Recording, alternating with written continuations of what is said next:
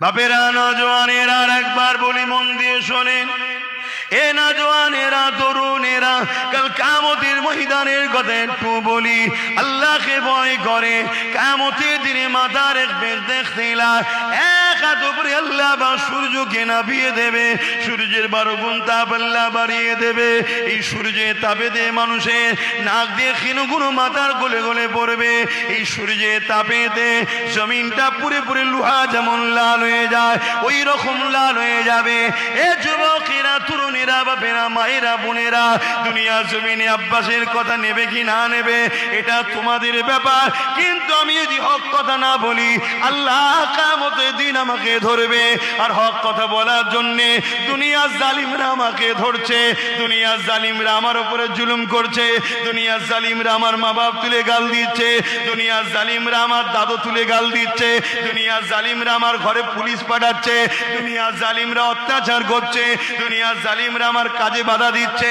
দুনিয়ার জালিমদের ভয় করে আর যদি আমি চলি, তাহলে আখিরাতটা বড় ভয়ানক হয়ে যাবে। আর আল্লাহকে যদি ভয় করি, দুনিয়ার জালিমকে ভয় করলে হবে না। এ যুবকেরা, তরুণেরা, বাপেরা, কেন কিয়ামতের দিন এত কঠিন হবে? আল্লাহ নবী জানিয়ে দিলেন, এমনও বাপ পাওয়া যাবে নিজের ছেলেকে জমিনে শুইয়ে দিয়ে তার মুখের উপরে পা দিয়ে দাঁড়িয়ে যাবে। কিয়ামতের দিনে এমনও মা পাওয়া যাবে নিজের মেয়েকে জমিনে শুইয়ে দিয়ে তার বুকের উপরে পা দিয়ে দাঁড়িয়ে যাবে। কিয়ামতের দিনে এমনও স্বামী স্ত্রী একে অপরে যার উপরে যার জোর চলবে, তাকে জমিনে শুইয়ে দিয়ে তার বুকের উপরে পা দিয়ে দাঁড়িয়ে যাবে। সাহাবারা কাঁদতে লাগলে, ইয়া রাসূলুল্লাহ, হাবিবাল্লাহ, এই কঠিন দিনে এমন কেন হবে? আল্লাহ নবী বললেন, বাবা সাহাবারা, লোহা আগুনে দিলে পুরে পুরে যেমন লাল হয়ে যায়, বাবারা, সূর্যকে আল্লাহ মাথা রাখবে, দেখতে তার উপরে আল্লাহ নামিয়ে দেবে। ওই সূর্যের তাপেতে জমিনটা পুরে লাল হয়ে যাবে। এ যুবক রে, আল্লাহকে ভয় করো। এ যুবক, দিনের যদি ক্ষতি করতে না পারো, দিনের গাদ্দারদেরকে শক্তিশালী করুনি গো।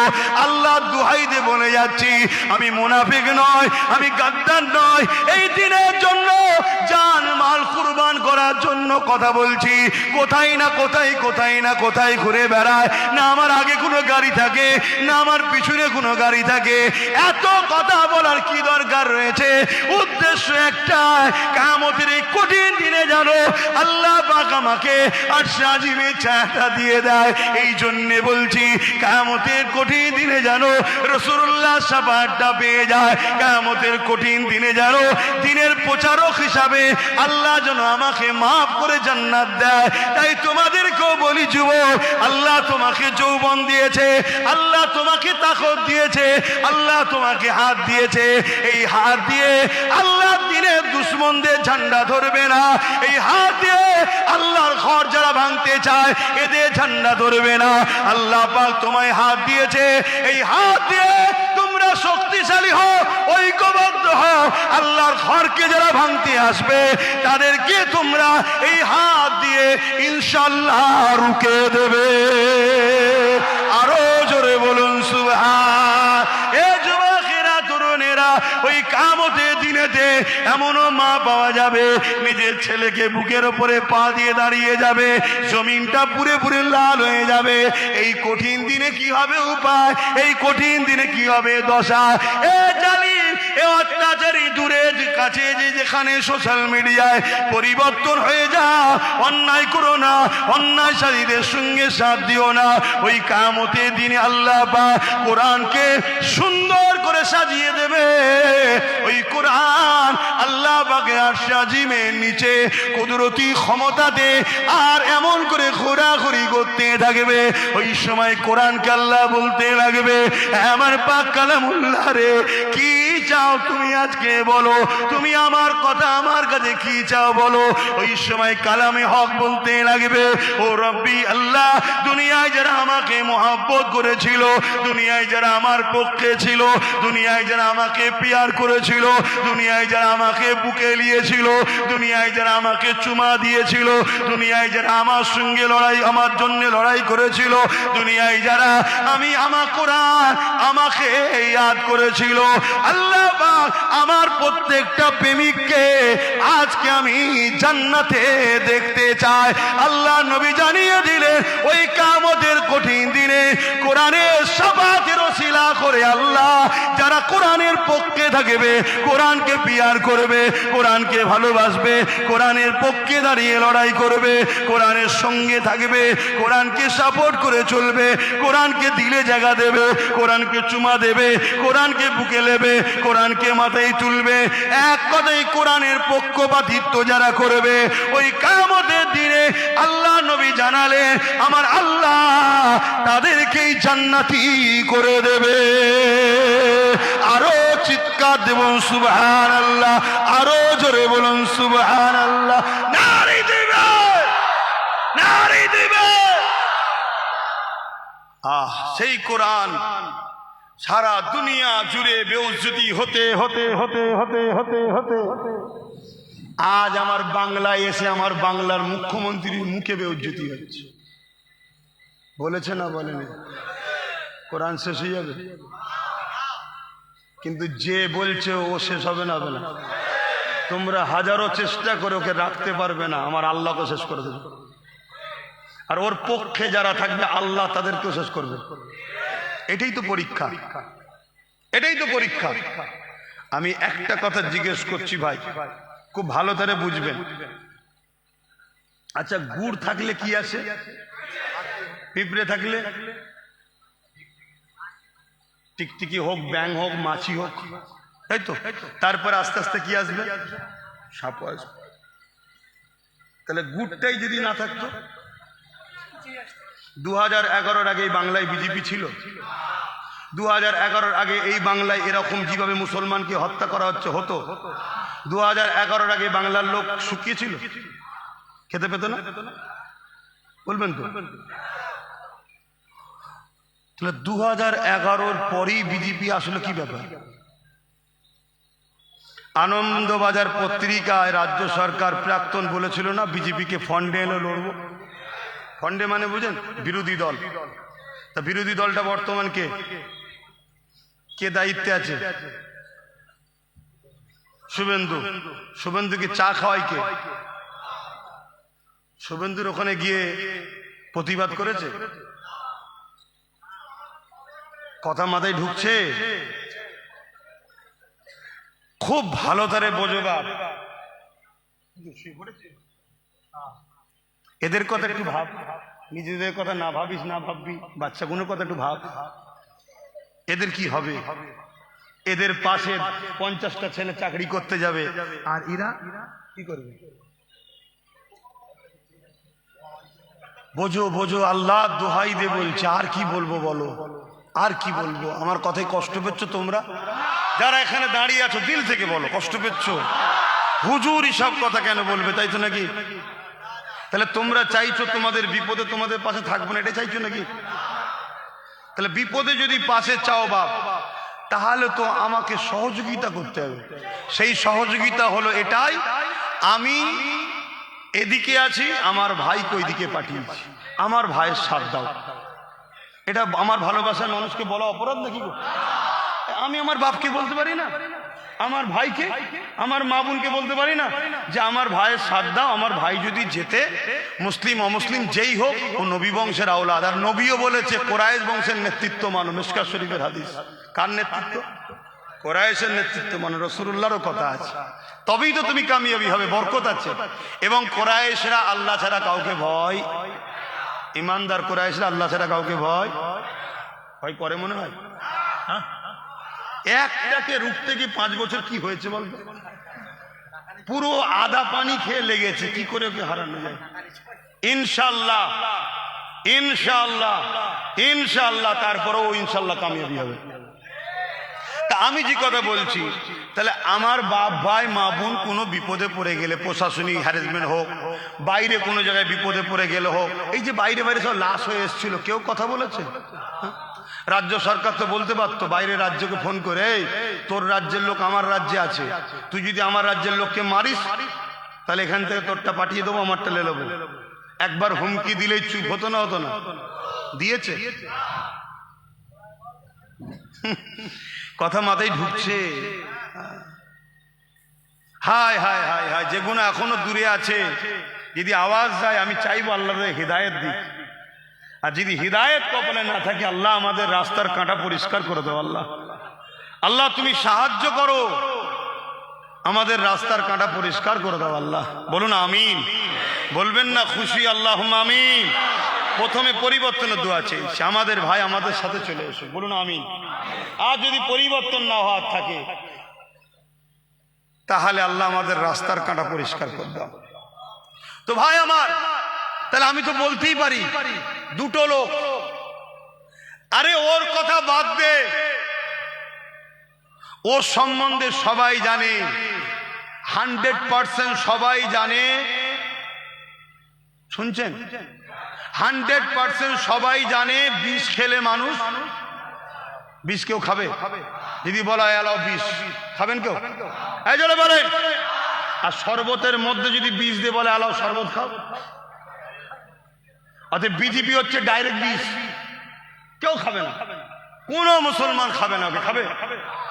আর মমতা হচ্ছে শরবতের সুরাতে ভেতরে বিষ আছে। এই জন্য বুঝাচ্ছি যে শরবতের ভেতরে বিষ আছে, খাসনি খাসনি খাসনি, বিষের নিয়ে বেশি বুঝাতে লাগে না, কেন ওর লোক তো দেখতে পাচ্ছে এটা বিষ। অনেকে বলে যে আপনি ওর বেলায় এত কম বলেন কেন? আর ওটা বিষ সবাই জানে, কিন্তু এটা শরবত তো মনে করে খেয়ে ফেলছে। কথা বুঝছেন না? বোঝেন না? হ্যাঁ।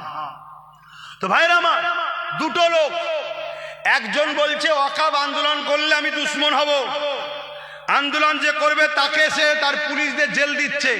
আর আরেকজন মসজিদ মাদ্রাসা ওয়াকফকে বাঁচাবার জন্য সুপ্রিম কোর্টে কেসও করেছে এবং জেলও খাটছে মসজিদের জন্য। একজন ইমানদার হিসাবে আমি কি মনে করি যে ওয়াকফের দুশ্মন তার সাথ দেবো না, যা ওয়াকফকে বাঁচাতে চাইছে তার সাথ দেবো? জোরে বলো। তাহলে এই দুজনের মধ্যে একজন রাজ্য সরকার ওয়াকফের আন্দোলন এখানে করতে দেয় না, কথা বলেছিল, জেল দিয়েছে না দেয়নি? তাহলে ওয়াকফের দুশ্মন না দুশ্মন নয়? অথচ সিএ নিয়ে আন্দোলন এখানে করছিল, করছিল না? আরো কত কি আন্দোলন হ্যাঁ করবে, আমি বিরুদ্ধে নয়, করতে হবে, কেন রাজ্য পুরো দেশের জন্য যখন আইন আর সব জায়গায় করবে। কিন্তু মসজিদ মাদ্রাসার বেলায় তোমার বুকে এত ব্যথা হলো কেন? তাহলে এই জায়গায় দাঁড়িয়ে থেকে ওয়াকফকে বাঁচাবার জন্য নওশাদ লড়ছে, পাশাপাশি রাজনীতির দেশ ও দেশবাসীর জন্য হিন্দু, দলিত, আদিবাসী, সাঁওতাল, বাগদি, খ্রিস্টান, মতুয়া মানুষের জন্য নওশাদ লড়ছে। কিন্তু আমি একজন ধর্মগুরু হিসাবে আমার নজরে যেটা দেখছি, ও সব কাজ করছে, ভালো কাজ, সব কাজ ওর পক্ষ সাপোর্ট করার, তার থেকেও একজন আমার মসজিদের প্রেমিক, আমি কোরআনের প্রেমিক। আমি আমার নজরে নওশাদ যখন সুপ্রিম কোর্টে ওয়াকফকে বাঁচাবার জন্য কেস চালাচ্ছে, ওয়াকফের জন্য আন্দোলন করতে গিয়ে জেল খাটছে, এই জায়গায় দাঁড়িয়ে থেকে তার বড় ভাই হিসাবে তার সাথ দিও আমার দরকার আছে না? না, আমি তার সাথ দিই, অর্থ লাগলে অর্থও দিই, তাকে কখনো ডিফেন্স করতে হলে তার সামনে ঢাল হয়ে দাঁড়ায়। আপনাদের কারো আপত্তি হয়? এই যে ভাইয়ের সাথ দিচ্ছি, এটা ঠিক করছি না ভুল করছি? কারা কারা ঠিক করছি বলছেন হাত তুলে সাক্ষী দেন। আল্লাহকে সাক্ষী রেখে হাত তুলেছেন তো? মা বোনেরা পর্দার আড়ালেই হাত তুলেন, আমাকে দেখাতে হবে না, আল্লাহকে দেখায়। ঠিক করছি তো নাকি? এই ভুল করছি? ঠিক বলছেন তো? ঠিক যখন আমি করছি, আমার সাথে আপনারা নেই? কারা কারা আমার সাথে ছিলেন, আছেন, থাকবেন, একটু হাত তুলে দেখো। এ কথা সত্য তো? সত্য? সত্য। শুধু দুনিয়ায় না, আখিরাতেও একসাথে, একসাথে যেন আল্লাহ জান্নাত দেয়, বলুন আমিন। জোরে হাত তুলে রাখেন, বলুন আমিন। আল্লাহ কবুল করে, বলুন আমিন। তাহলে আমি আপনাদেরকে বলে যাচ্ছি, আপনারা আমার ভাইয়ের সাথে থাকবেন, থাকবেন না? কেন? আমার ভাই যদি বেশ কিছু পায় তাহলে লড়াই করতে সুবিধা হবে না? আপনাদের সুবিধা অসুবিধা হলে ভাইকে বলে করিয়ে দিতে পারবো না? পারবো না? তা আমার এই কথাটা কারা মানবেন একটু হাত তুলে সাক্ষী দেন। কথা ঠিকই তো? 1000 টাকায় বিক্রি হবেন না তো? এই যে 1000 টাকা বারবার বলছি, এখন কি আপনাদের রেট এখন 1000-এ আছে? আর আপনাদের দেগঙ্গার কোন একটা ছেলে, নাম বলবো না, 1 কোটি টাকা অফার দিয়েছে, শুধু বলেছে তুই আসতে হবে না, শুধু চুপ করে যা। কত টাকা? রাত তখন 2টো বাজে হবে, 1:30 2টো বাজে হবে কি 1টা, যাক 1টার পরে পরে আমি শুয়েছি, তারপর ফোন করছে 2 দিন আগে, ফোন করে আমি তোর এই কথাটা বলার শখ গেল, কালকে কথা বলবো তুমি যা, তবে তোকে আমি ভালোবাসি। তাহলে আমার ভালোবাসার লোক আছেন না নাই? 1 কোটি টাকা তাও লিখছে না। আর সবচেয়ে বড় কথা, এটা আমার ভালোবাসা, এটা হচ্ছে ঈমান। এটা কি? ঈমান। ধরুন আজকে 1 কোটি টাকা নিলেন, কালকে যদি আপনার ছেলেটা মরে যায়, কথা বলবেন তো? আজকে ধরুন 1 কোটি টাকা নিলেন, কালকে যদি আপনার হার্ট অ্যাটাক হয়ে মরে যান, আপনি কি লাভ হলো? একটু ভাবেন। এ লড়াই রুজি রুটি চাকরি বাকরি 79 বছর ধরে এই লড়াই হচ্ছে। 79 বছর ধরে এই লড়াই আমরা সবাই আমাদেরকে কম বেশি ঠকিয়েছে, কেউ বেশি কেউ কম। আমি হক কথা বলা লোক ভাই, ও কেউ কষ্ট বলে কিছু করার নেই, কেউ কম কেউ বেশি। কিন্তু 79 বছর পর আজকের যে লড়াইটা, কি রুজি গেছে, রুটি গেছে, কাজ গেছে, পড়া গেছে, শিক্ষা গেছে, অধিকার গেছে, সব গেছে। আজকে দেখছি আমাদের নাগরিকত্ব চলে যাচ্ছে, আজকে দেখছি আমাদের মসজিদ মাদ্রাসা চলে যাচ্ছে। এখন বলছে আমি নাকি কেস করে 30 লাখকে বাঁচিয়েছি, তোর জন্যই তো এসে একটা হলো রে। কত বড় চিটিংবাজ, মিথ্যুক কাজ্জাব দেখেছে। হ্যাঁ, দ্বিতীয় নম্বর কথা বলছে আমি এলে বাকিগুলো তুলে দেবো। তুই থাকাকালীন যদি এসআইআর রুখতে না পারিস, তা বাকি আর তুলবি কি করে? তুলতে যদি হয়, সর্বপ্রথম কাজ হচ্ছে ঘাসকে তুলে ফেলে দাও, গরুও থাকবে না, ঘাসও থাকবে না, দেখবেন সব সমাধান হয়ে যাবে। গরু বোঝেন তো? ভক্ত বোঝেন না? ঘাস ছিল বলেই তো গরু এসছে। 11-র আগে ঘাস ছিল না, গরু ছিল না, ঘাস হয়েছে, গরু এসেছে। এখন গরু তাড়াতে গেলে কি করতে হবে? আর ঘাস মারা স্প্রে বেরিয়েছে তো স্প্রে করো, ঘাস মেরে দাও, গরু এমনি চলে যাবে। কথা কষ্ট দিল? আর কষ্ট দেবো না, অনেক বলে ফেলেছি। কি করব বাপ? আমি ভালোবাসি আমার মসজিদ মাদ্রাসাকে, আমি ভালোবাসি আমার কবরস্থান, ঈদগাহ, খানকাকে, কোরআনকে আমি ভালোবাসি। তাই আমি বিভিন্ন জায়গায় বলেছি, আল্লাহ নবীর হাদিস দিয়ে প্রমাণ করেছি, বিজেপিকে যে ভোট দেবে তার ঈমান থাকবে না। আমি কোরআন হাদিস দিয়ে প্রমাণ দিয়েছি। আজকেও যদি আপনাদের শোনার ইচ্ছা থাকে বলুন, আমি বলবো। হাদিস ইচ্ছা আছে? তাহলে তার আগে একটু সালামটা দিয়ে নি একবার। এই সময় যদি কেউ হাদিস না শুনতে চাই, এই ফাঁকে চলে যাক। এবার সালামটি ইয়া নবী সালাম